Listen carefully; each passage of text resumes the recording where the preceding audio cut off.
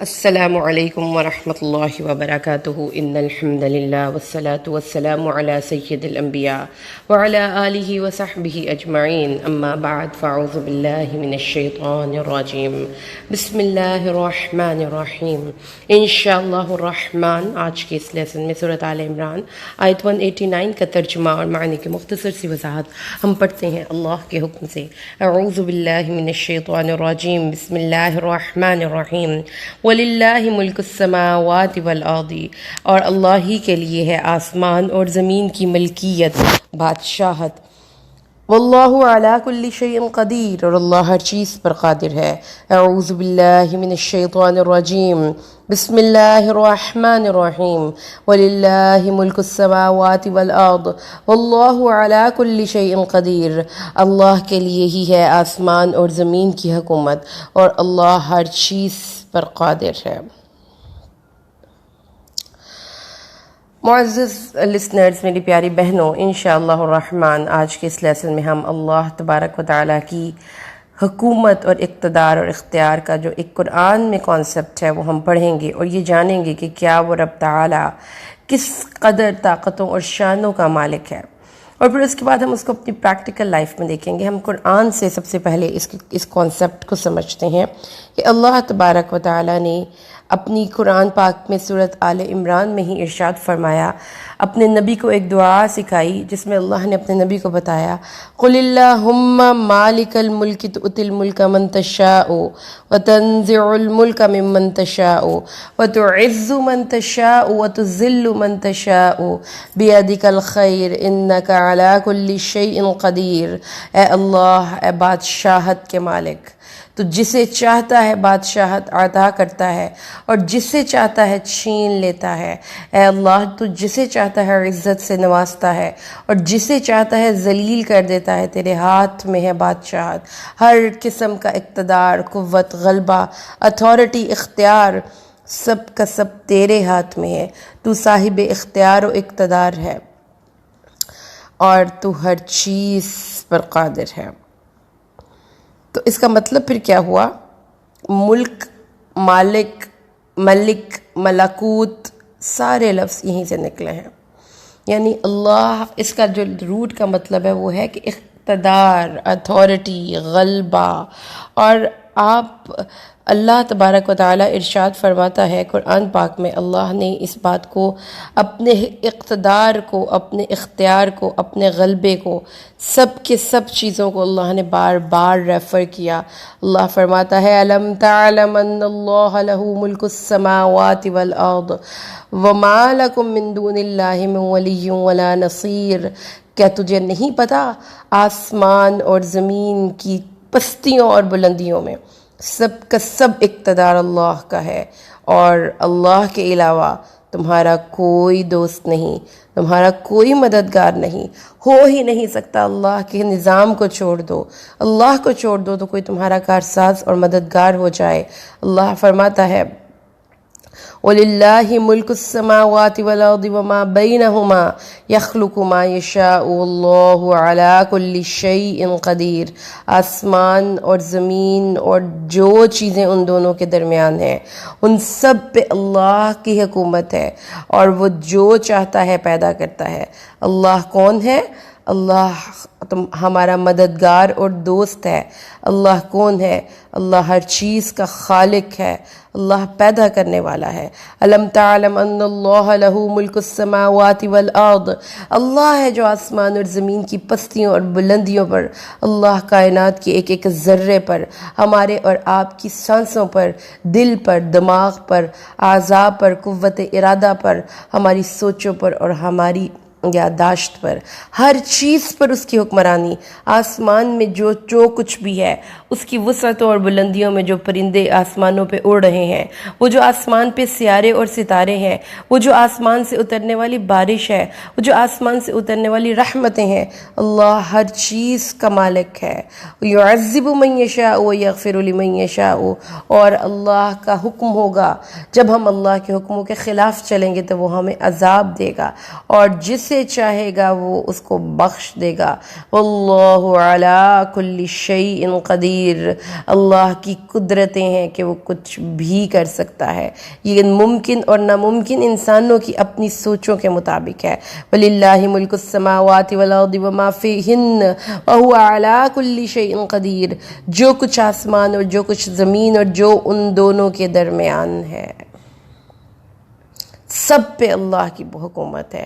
وہ بادشاہ حقیقی ہے، وہ ملک الناس ہے، وہ مالک یوم الدین ہے۔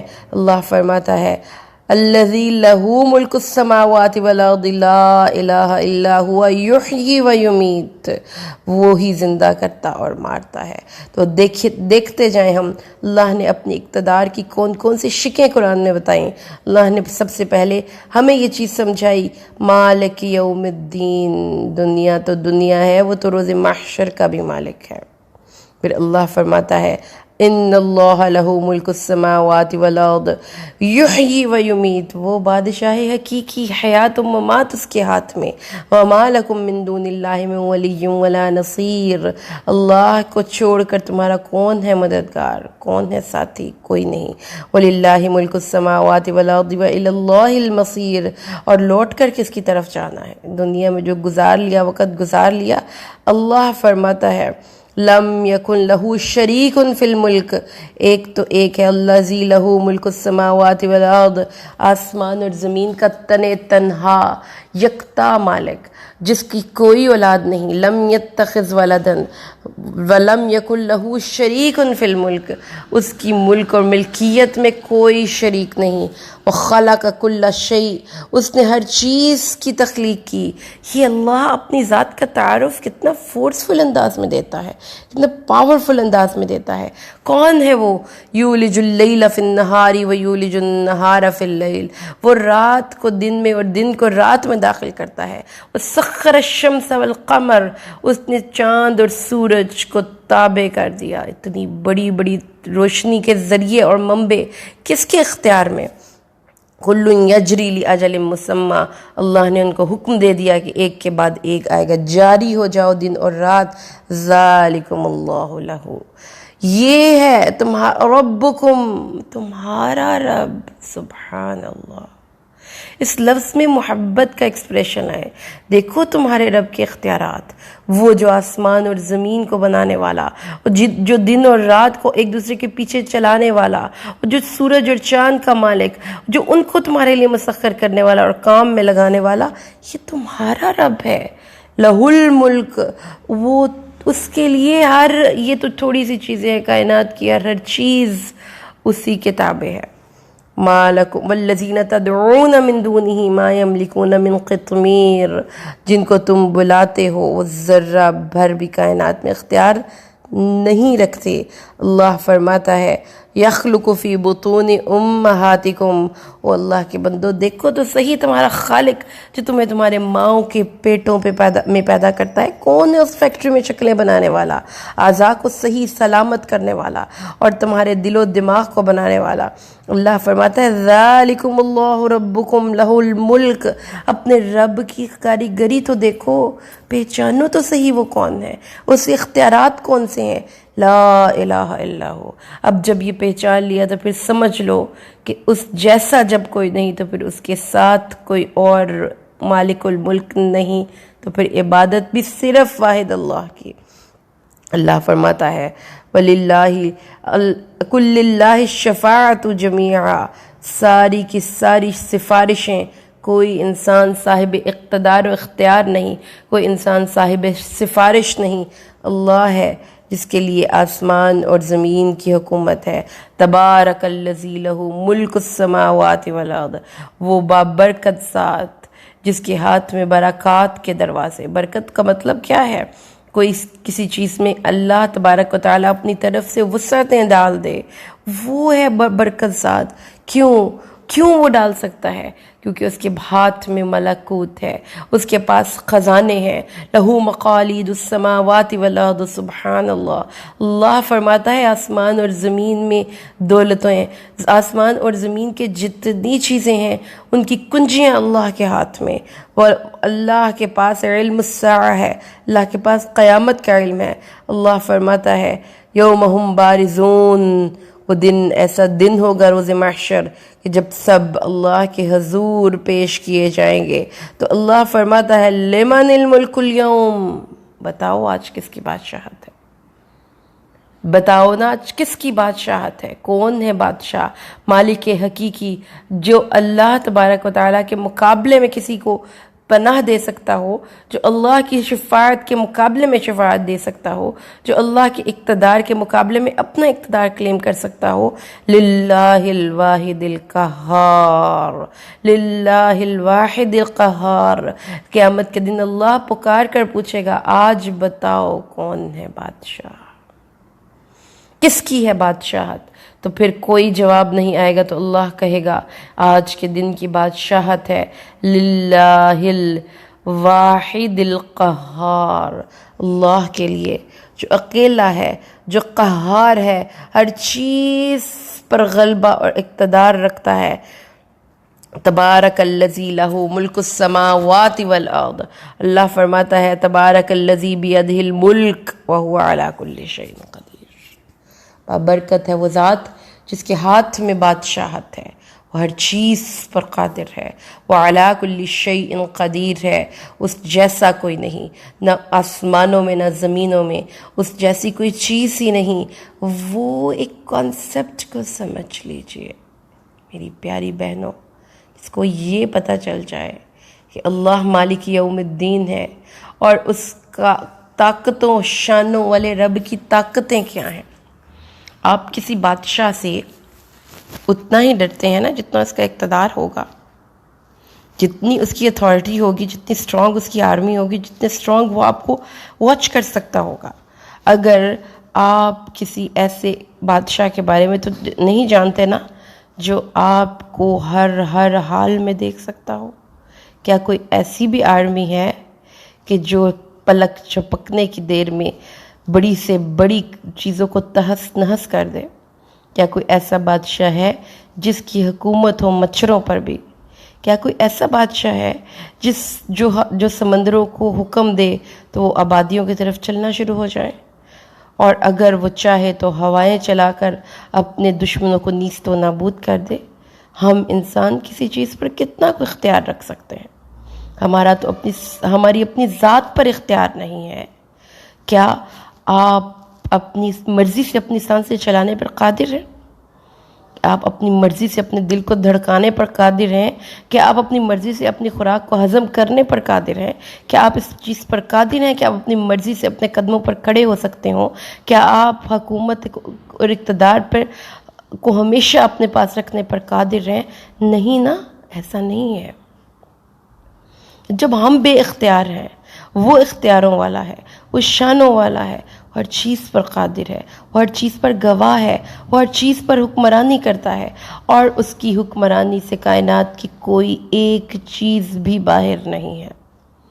ایک تو وہ بادشاہ ہے جو لیجسلیٹ کرتا ہے، پھر وہ مالک ہے، وہ جب چاہے جس سے کوئی بھی چیز واپس لے لے. وہ آپ جس چیز کو کہتے ہیں نا میرا جسم ہے، یہ میرا گھر ہے، یہ میرے بچے ہیں، کوئی نہیں. آپ کا اللہ کا اذن ہوگا تو آپ کی آنکھیں دیکھنی ہی چھوڑ دیں گی. کیسے آپ اپنی آنکھوں کو حکم دیں گے دیکھو؟ نہیں دیکھی جا سکتی. اس کا اذن ہوگا وہ کانوں کو حکم دے سننا چھوڑ دو. کیسے آپ اپنے کانوں پر اختیار رکھ سکتے ہیں؟ نہیں. اور یہ تو سب نے ہی زندگی میں ایک دفعہ آبزرو کیا ہوگا. اللہ حکم دیتا ہے کہ آپ کے سٹمک نے آپ خوراک ہضم نہیں کرنی تو وہ نہیں کرتا. آپ جو کھاتے ہیں چیزیں باہر پھینک دیتا ہے. وہ میری بات نہیں مانتا. اللہ کسی انسان کی ٹانگوں کو حکم دے تم نے اس کے جسم کا بوجھ نہیں اٹھانا، نہیں اٹھا سکتا. اللہ آپ کی زبان کو حکم دے تم نے کوئی لفظ نہیں بولنا. تو آپ نے بھی یہ نوٹ کیا ہوگا کہ جب فالج ہوتا ہے تو زبان بند ہو جاتی ہے، لفظ نہیں نکلتے، ہاتھ سے چیزیں نہیں اٹھائی جاتی، آنکھوں سے کچھ دیکھا نہیں جاتا، سر چکراتا ہے، سوچا کچھ نہیں جاتا. ایسی کمزوری طاقتیں کل کی کل میری پیاری بہنوں اللہ کے پاس ہیں، کل کی کل. اگر ہم اپنی مرضی سے اس طاقتوں والے رب کا ساتھ اس کے لشکر میں شامل ہونا چاہیں گے تو پھر وہ طاقتیں جو اللہ کی ہیں ان طاقتوں سے کس پاس ہمیں بھی رسائی ہو جائے گی. اللہ ہاتھ ہے اللہ کا، بندہ مومن کا ہاتھ، کہ جو اللہ کا دوست بن جاتا ہے، پھر وہ اللہ تبارک و تعالیٰ کی ان برکات کے دروازے اس کی زندگی میں کھل جاتے ہیں۔ وہ جری اور جیدار انسان بن جاتا ہے، اس کو نہیں ڈر لگتا موت سے، اس کو نہیں ڈر لگتا کسی انسان کی کسی بھی حوالے سے اس کو پریشان کرنے کے، کیونکہ اللہ کے پاس نفع اور نقصان ہے۔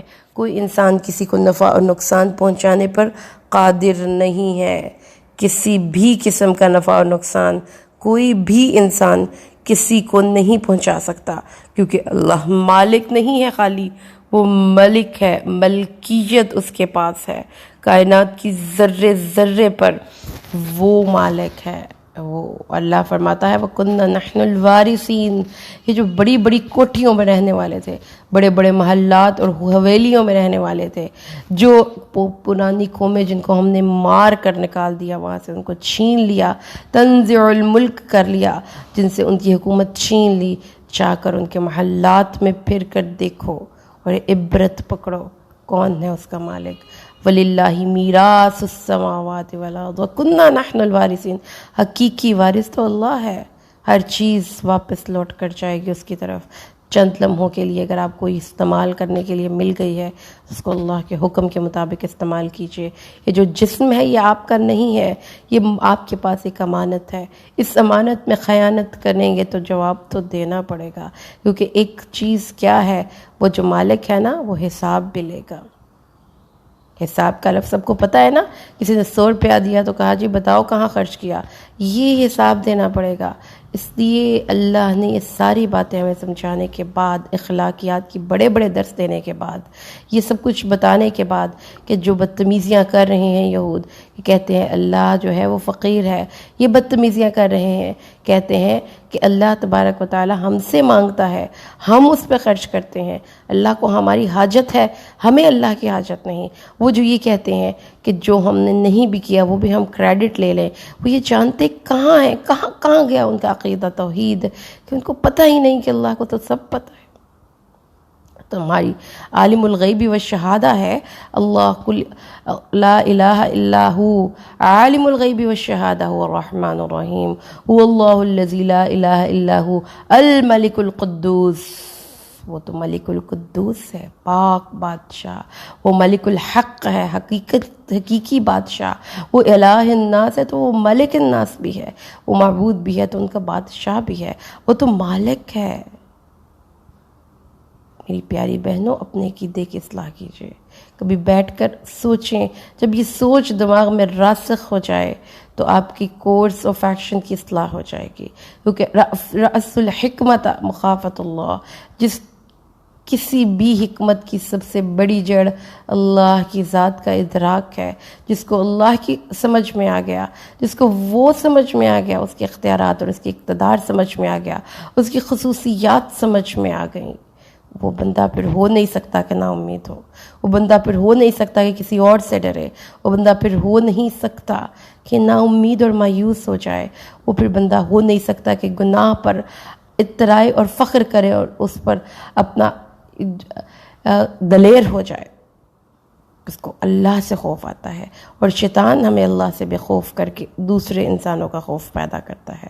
تو اس لیے قرآن ایک ایسا خوبصورت پھولوں کا گلدستہ ہے جس میں ہر روز ہمیں نئے پھول اور نئی خوشبو ملتی ہے، اس میں ہر روز نئے ہی اسباق ملتے ہیں۔